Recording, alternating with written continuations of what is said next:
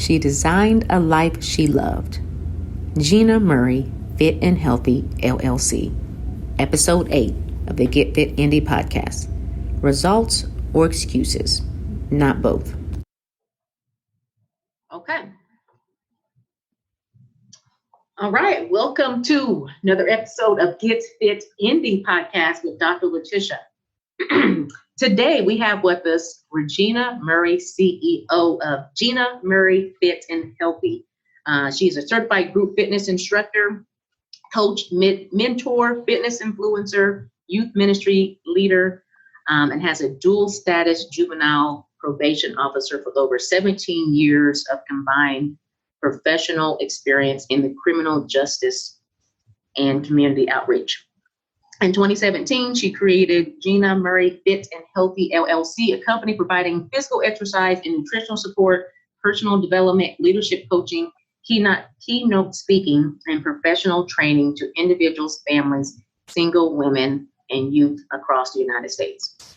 The girl was bomb. She's bomb.com. That's all you can say. She is truly committed to a health and fitness lifestyle. And I'm so excited that she's helping to join me today. So right now, the time of recording, it's morning. So we'll say good morning. How are you doing today, lady? Good morning. Good morning. I am good. I am blessed. I didn't have to go to my 8 a.m. job today. So I'm fully committed to new experiences and helping women and men live healthier lifestyles.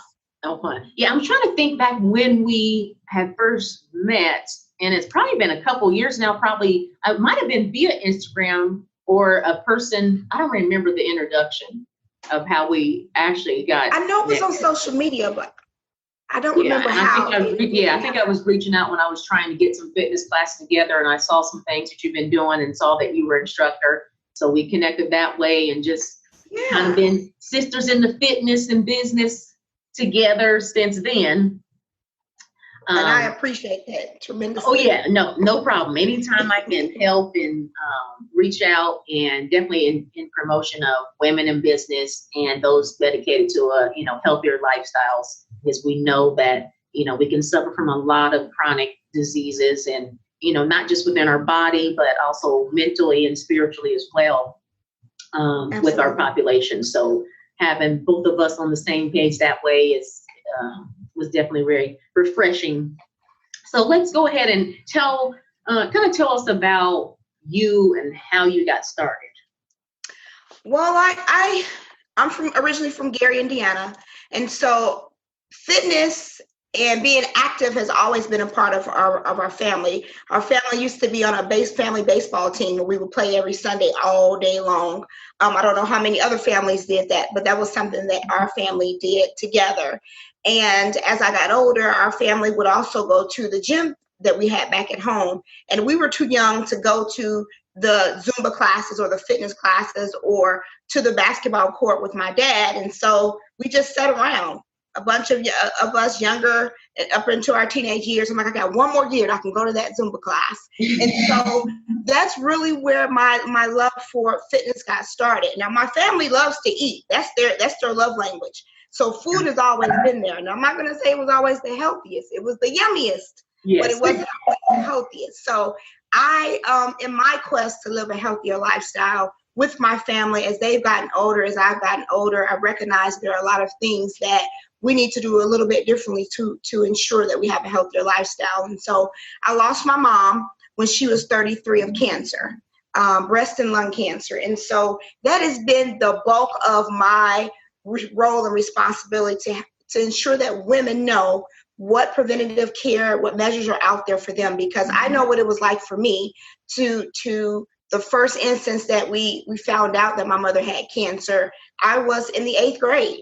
And so that was a whirlwind because I'm the oldest of two, and going through that experience with my mom, I had to grow up faster than most, but she had always prepared me for that. So that was just the way it is. Family is very important to us. And so as I watched her go through her experience, and the things that the legacy that she left behind and the things that I learned from her during that 2-year time span is things that till today have really impact how I function, how I do things, including helping other people. That is a family legacy. That's what we do. If I have a pair of shoes on and someone needs it and they're walking barefoot down the street and I'm in a car, I'm going to give it up. That's just what we do.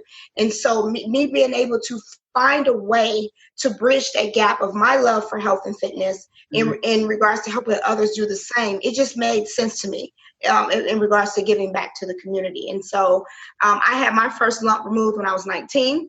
I found it myself my freshman year of college in Bloomington.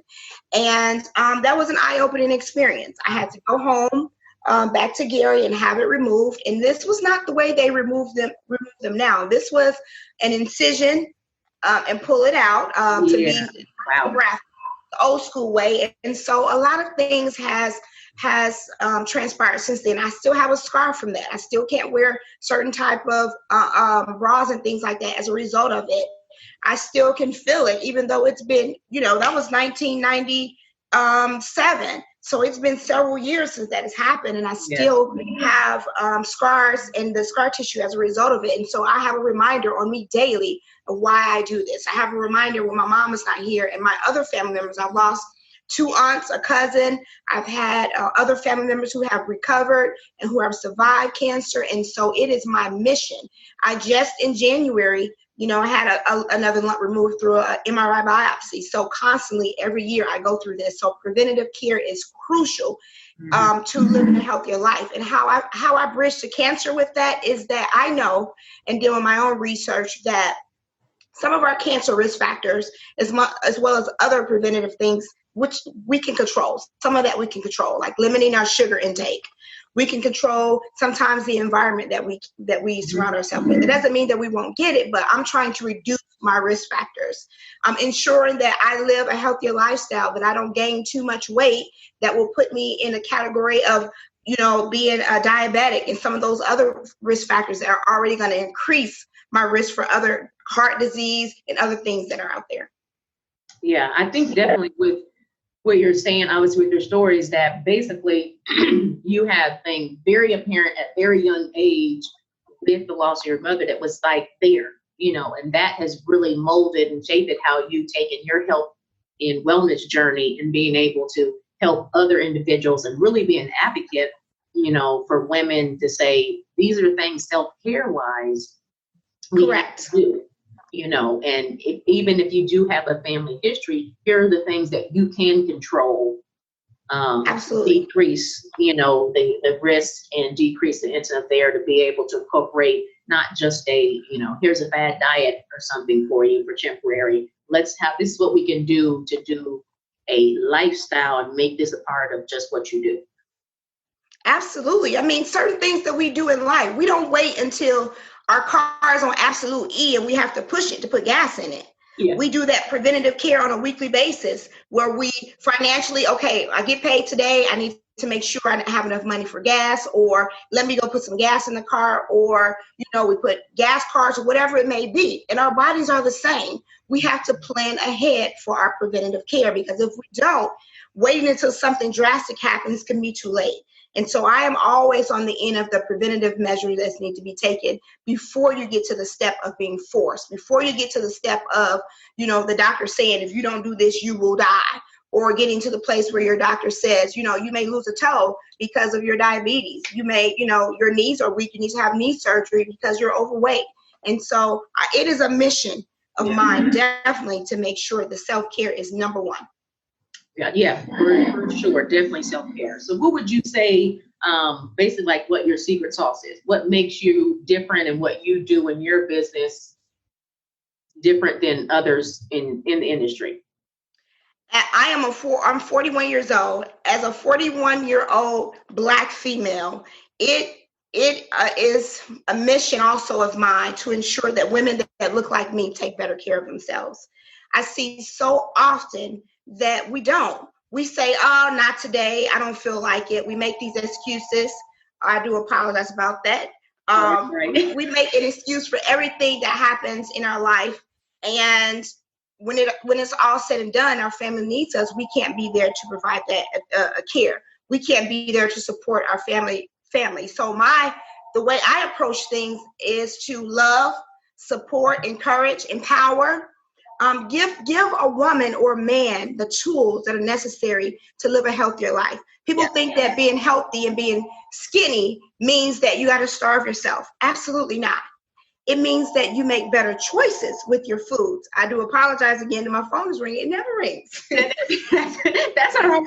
We don't play live. It's all good. And so I always want to, empower women, not just for the mother, the adult, but for their children.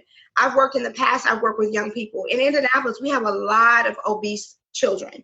I don't know where we are as far as our obesity rate, but last year we were in the top 5 of obesity for our country. And so that is pretty sad when we have the resources and the tools that are available. And for me, I work out at home. I started out in the gym, but working out at home for me gives me more control. I don't have to worry about what I look like. I don't have to be judged. I don't have to worry about my clothes matching. I don't have to feel like somebody is staring me down because I may or may not look the way they feel I should look, or feeling some way about myself because I don't look like the other people there. Working out from home gives me that freedom to be who I am, to love on myself a little bit more. And not that I would care if I was in the gym anyway, but that's a distraction. And it's a distraction for a lot of people because you figure, I got to make sure my hair right, my lipstick got to be perfect, make sure my pants or my shoes got to be clean. That's not what you're going to the gym for. Yeah, so exactly. Working out from home, and especially having a community that is supportive, that makes a huge difference. People go to the gym all the time. They don't talk to anybody in there, nobody. But working out from home, having a network of support of a family who cares about you. A lot of the women I work with, I've never even seen in person, right? But that doesn't matter. I know that they know me. I know them. I can tell you their schedules. We support each other. I send them notes and things in the mail. We get up, we work out at 6 a.m., which requires me to get up at 5:15, but I do it, not just for myself, because I know that they are counting on me, and I count on them to show up so that we can support each other and hold each other accountable. Definitely. Okay. So based on what you know now, what advice would you give or do you have for your 18-year-old self?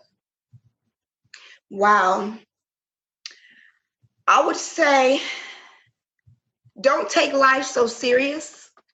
Being that I had to grow up faster than most, I probably have missed some things as a young person and went off to college relatively early. And I would say that you have to ensure that you surround yourself with people that are like-minded, that are going to elevate you and not tear you down mentally and physically. Yeah. I hear people say that I don't have anybody to support me. My family, the people in my house don't even support me. So as an 18-year-old, and I know, being that we both went through that phase, it was not easy. Mm-hmm. It was not easy because you care so much about what other people think. But now I do care what people think, but more so I care about how I feel about myself. Yeah. My confidence is different than it was when I was 18 years old. My ability to stand up for myself is different than it was when I was 18 years old. My ability to see myself as a beautiful Black queen is different than it was when I was 18 years old, because I was relying on what other people say about me. And now I'm in a position where I want to empower women at whatever age they are to feel great about themselves, whether they are a size 24 or they are a size 4. That does not matter to me. Long as you are healthy, you're happy, mentally and physically, you're in a good place. That's what matters. Yeah. And I mean, that's important. What you just said is that, the definition of healthy and what that looks like. Like you said, size 24 to 4, some people that or if they're at size 24, they might think, if I just get down to that size 4, I can do it. And if you do that by any means necessary, then now you have other issues going on. You have eating disorders. Your mindset is still the same as that when you were maybe bigger and maybe unhealthier, but you're still smaller now and unhealthier. And now your mental status has not changed there too. So those underlying things that were driving you that where you were having different ways that you eat and not taking your body are still there. So you never Absolutely made that change and made it part of the journey and made it a lifestyle. So, there's plenty of people yes, size 4 or 6, they're not healthy. Just because you're absolutely. skinny doesn't mean that you don't have high blood pressure, you don't have XYZ going on. So really redefining what healthy, looks like for you, and being able to have that support that you're talking about as well. This is an important, very important key. So It definitely makes a difference for me, because I've had my ups and downs with my health and fitness journey. I've been at my highest, I was a size 16, and at my lowest, I've been a size 2. That's extreme on your body. Yes. Even no matter how short the time frame or how long the time frame. Mm-hmm. I've made unhealthy choices. I've tried all those yo-yo up and down diets. I've done that stuff. Yeah. People talk about cabbage soup. I mean, just crazy stuff that was out there that I tried to think that was going to help me. I've done some of the new crave of dieting, and I had to make a decision for myself. And when my clients say to me, my friends, as I call them, that they don't want to start a diet, I tell them I don't diet. Yes. No, I don't make a diet. This is a lifestyle. Now, it's okay to, eat some of those things on occasion, but to daily eat that stuff, it's not good for our bodies. And I want to live.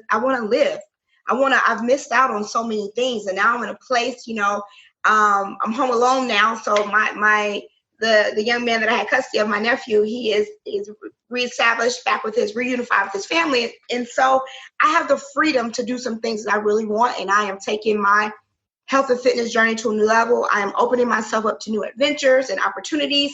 And so I want to empower women to do the same, no matter whether they are in a household full of 10 people or they're by themselves. Definitely. Okay. Well, let's do a quick little shift off of business-wise. And what's a fun or random fact that you would like to share? Oh, a fun fact about me. I love to dance. Okay. A lot of people may not love. Now, I'm not saying that I know how to break it down. No, I'm not saying that. But I do love to dance. And the love for dancing has always been there. My cousin was telling her daughter, who's getting ready to go into high school, about how we used to dance all the time when we were younger. And that's just something that I love to do. The freedom of dance is not sexual or anything like that. Just the ability to just let go. Dancing does that for me. And that's why I love Zumba so much. Yeah. I get caught up. I mean, I can do Zumba, 5-6 times a day, and I would be tired, but it's so much fun. I love doing it. I love seeing people that say they have no rhythm try to get into these moves, because it brings such joy when you are trying to just have fun. And so I love it. Yeah, exactly. Like you said, it gives you that freedom, and you don't have to think about anything. You can just move and don't care who's looking at you. You get not a care in the world when you're dancing. Gotcha. Okay, so here's a question that I ask all of my interviews, and the most important question of all: are you a coffee or a wine? Well, I don't really do either, but if I had to choose between one or the other, does cappuccino count? Yeah. Yes. Okay, because I love a good cappuccino. Yes. And I probably have one maybe once every, I don't know. It's normally in the wintertime when I drink it. Oh, so you like when it's cold outside? When it's cold outside. Okay. Instead of a hot chocolate or something like that, a nice cappuccino with a good foam on the top. Oh, yeah. But I have to be careful. See, that's not something I can do every day. With that sugar. You know that. That's a treat for you. That is absolutely a treat. You know how to balance that. So that's a good thing. And I will drink it early in the morning so that by the time the day goes on, I can go to sleep and don't have to worry about it, because I burned those calories off. So that would be my secret to tell people: if you're going to have those calories, eat them earlier in the day so that you have time to burn them off. Yeah, that obviously that makes the perfect sense. You'll be using those things throughout the day and not have it at night. And if you drink a cappuccino or coffee at night, you might be wide awake. Wide awake, like I can't get to sleep. I gotta do something. And I can't mess with my sleep schedule already, because I get up so early and I want to get. Oh yes, yeah. You would definitely be having a lot more issues there. Yes. So Oh, it's been awesome. Been awesome being able to sit down, talk to you, learn more about what it is that you do, so that you can help and empower other young ladies, men, women, and children. Like you said before, all of that. If you're working with the mother, then your children are also can be, involved in that process, because I can't remember where the saying come from. It's like more is caught than taught. So. Absolutely. When you can say all you want and teach, eat like this, eat like that, but if you're doing something else different, or if on the positive side you notice, mom is now getting up and exercising, moving, she's trying to encourage us, we changed a little bit some foods and things, we're trying different things, then they will catch on, and that they can bring that on now to the next generation and begin to have that as their lifestyle, because that's what they've seen as a child.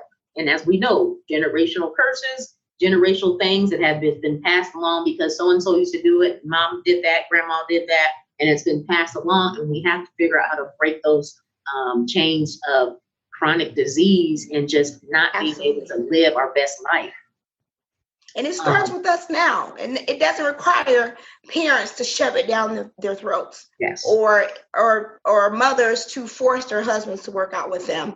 Over the last couple months, this is what I've seen in the clients that we work with.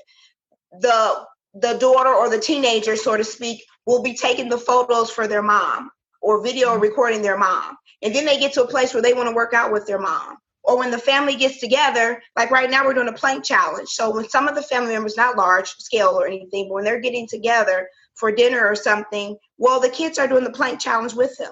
Mm-hmm. The husbands are joining in to do the plank challenge. So this is more than just losing weight.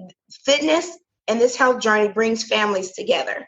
And so I love that mission. I love to be able to help families pass that legacy down. I mean, my 2 and 4-year-old know. My nieces, when they come over here, the 2-year-old, as soon as she gets here, she goes to her weights. Yes. 1 pound weights. That's what she does. I don't say anything to her. I don't force her to. She comes in when the doors are open and she goes to her weights. I have never shown her how to do her weights herself. She just knows from watching me. And it is the most cutest thing to see, because she saw me do that. Mm-hmm. And that is the legacy that I am creating for my girls. Not only that, but as a businesswoman, a Black businesswoman, women that they can look up to and inspire to, so that when they have their own families, they can see the importance of not only taking care of their bodies, but taking care of their financial capabilities. Yes, definitely. You're all about empowering women and individuals. And that's really what all comes down to, is being able to have that support and someone empower. And then for those young people to see someone else that looks like them, that is exercising, that does have a business, to show that, remove those, barriers that they say, guess what? I do know someone that owns a business. I have been raised with the importance of exercise and making some healthier eating option as well. So that is all awesome. So how can people find you and more about your business, website, social media handles, go ahead and share that for our listeners. Okay. My email address is reginaM@hotmail.com. That's RIJENNAM@hotmail.com. I am on Facebook, Jenna Murray, JENNA MURRAY. And I am on Instagram as JM Health Fit. And so those are just 3 of the ways that you can get a hold of me. If they inbox me personally, I will respond either way right away. But I want to always make myself available to them to provide tips, nutrition help, to provide workouts, to inspire, empower, to also, if someone needs me to be present and do a talk, I'm available for some live events as well. And so I just look forward to expanding this awesome opportunity of loving on others as they love themselves even more. I like to say, results or excuses, you can't have both. Yes. That's a good way. Results or excuses, you can't have both. Now, I will have all the information in the blog post and show notes on how to contact Jenna, so you don't have to memorize that, or if you're driving or exercising or something now, you don't have to worry about trying to jot all this information down. Thank you so much for joining me today, and look forward to us continuing to connect and grow in health and fitness in our communities. I'll see you later. Well, thank you for having me. I appreciate it.